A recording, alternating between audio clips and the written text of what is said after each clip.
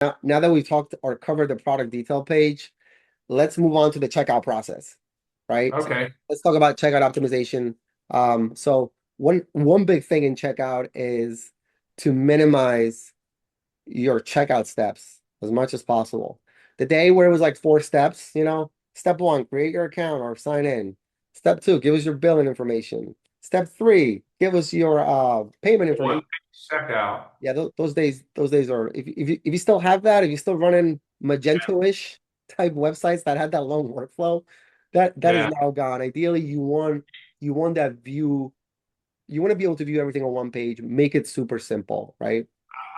I'll give you a story from like 2008 days when I was doing George Foreman Grill. Remember we worked together a Yes, lot on that? yes, yes, of course. Oh yeah, George Foreman I'm still Grill. scarred from those days. Right, yeah, God, yeah, I used to call you up like pissed. Sorry. But we had George Foreman Grill and Black and Decker Appliances. George Foreman Grill was like a newer age user, where Black and Decker Appliances was back then, so that's even older.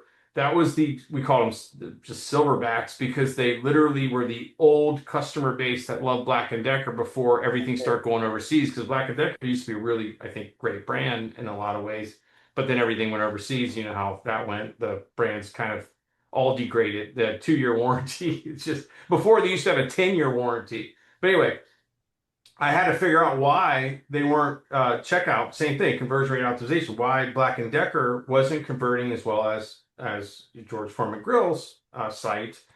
And basically, it was exactly the same build, same everything, right?